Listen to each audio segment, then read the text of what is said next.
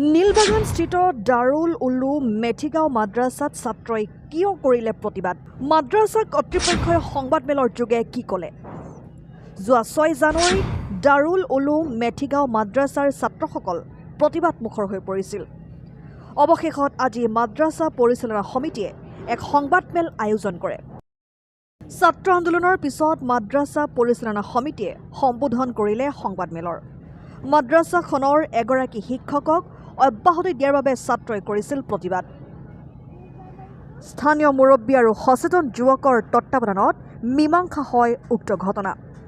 1952 চনত স্থাপন হোৱা মাদ্ৰাছাখনে ৰাইজৰ আস্থা আৰু বিশ্বাস গোটাবলৈ সক্ষম হৈছে।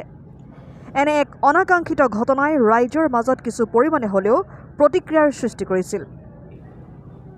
আজি মাদ্ৰাছা পৰিচালনা সমিতিয়ে সংবাদমেলযোগে উক্ত ঘটনাৰ মীমাংসা হোৱাৰ কথা সদৰি কৰিছে। লগতে আগন্তুক 11 জানুৱাৰী অৰ্থাৎ শনিবাৰৰ পৰা মাদ্ৰাছাত নিয়মীয়া পাঠদান আৰম্ভ হ'ব বুলি উল্লেখ কৰে মাদ্ৰাছা কৰ্তৃপক্ষই। বৰ্তমান মাদ্ৰাছাখনত পূৰ্বৰ দৰে পৰিৱেশ পৰিস্থিতি শান্ত হৈছে বুলি ৰাইজক অৱগত কৰে পৰিচালনা সমিতিৰ সভাপতি আৰু প্ৰধান শিক্ষকে। News desk report. যোৱা 6 আৰু 7 তাৰিখ জানুৱাৰী মাহৰ আমাৰ মাদ্ৰাছাত এজন শিক্ষক বিদায় দিয়া সম্পৰ্কে এটা সাধাৰণ বিষয় লৈ মাদ্ৰাছাৰ এটা অকাংক্ষিত আৰু শৈক্ষিক পৰিৱেশ বিনষ্ট হোৱাৰ এটা উপক্ৰম হৈছিল। সেয়ে স্থানীয় মুৰব্বী, সমাজ সচেতন যুৱক আমি কমিটি বহি পেলাই আলোচনা মৰ্মে উপস্থিত ছাত্ৰসকলক লৈ মুৰব্বীয়ানৰ মধ্যস্থতাত এইটো সমাধানত উপনীত হৈছে। বৰ্তমান মাদ্ৰাছাত আজি সাপ্তাহিক বন্ধ শুক্ৰবাৰ আছে। অহাকালিৰ পৰা পাঠদান নিয়মীয়াভাৱে দিয়া হ'ব আৰু মাদ্ৰাছাত বৰ্তমানে ছাত্ৰ যিসকল আছে তেওঁলোকক তাৰ যি সুব্যৱস্থা দিব লাগে সেইটো আমি ব্যৱস্থা গ্ৰহণ কৰিছোঁ ইতিমধ্যে।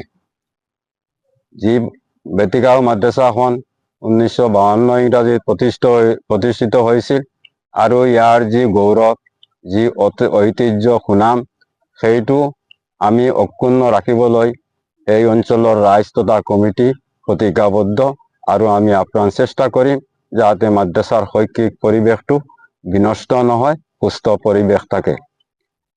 আমি সমূহ ৰাইজক অনুৰোধ জনাইছোঁ বা অৱগত কৰিব বিচাৰিছোঁ মাদ্ৰাছাখনৰ পৰিৱেশ বৰ্তমান সুস্থ আৰু কিছুমান অপপ্ৰচাৰ চলি আছে, সেইটোত আপোনালোকে যাতে মন নিদিয়ে তাৰ বাবে আমি আহ্বান জনাইছোঁ। হয়, ছাত্ৰসকলৰ যিখিনি সমস্যা আছিল এটা তেওঁলোকে বিশেষ এটা যিটো ছাত্ৰৰ সমস্যা ছাত্ৰই কৰা উচিত নাছিল, যেহেতু মাদ্ৰাছাৰ এজন শিক্ষকক লৈ তেওঁক বিদায় দিয়া সম্পৰ্কে কমিটিয়ে চূড়ান্ত সিদ্ধান্ত লৈছে, তেওঁক বিদায় দিয়া হ'ব আৰু এই শিক্ষকজন ৰাখিব লাগে এই কথাটোক ধৰি পেলাই তেওঁলোকে এই মাদ্ৰাছাৰ যিটো শৈক্ষিক পৰিৱেশ সেইটো বিনষ্ট হোৱাৰ আশংকা দেখা দিছে।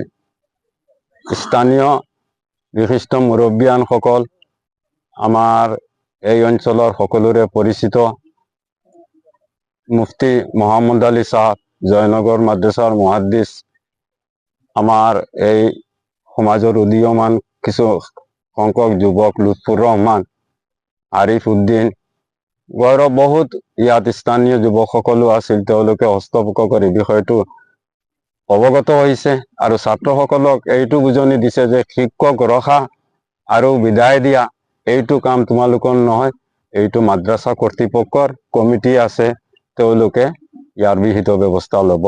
তেওঁলোকে মানি লৈছে আৰু আমাৰ বৰ্তমান কোনো সমস্যা নাই, এইটো সমস্যা সমাধান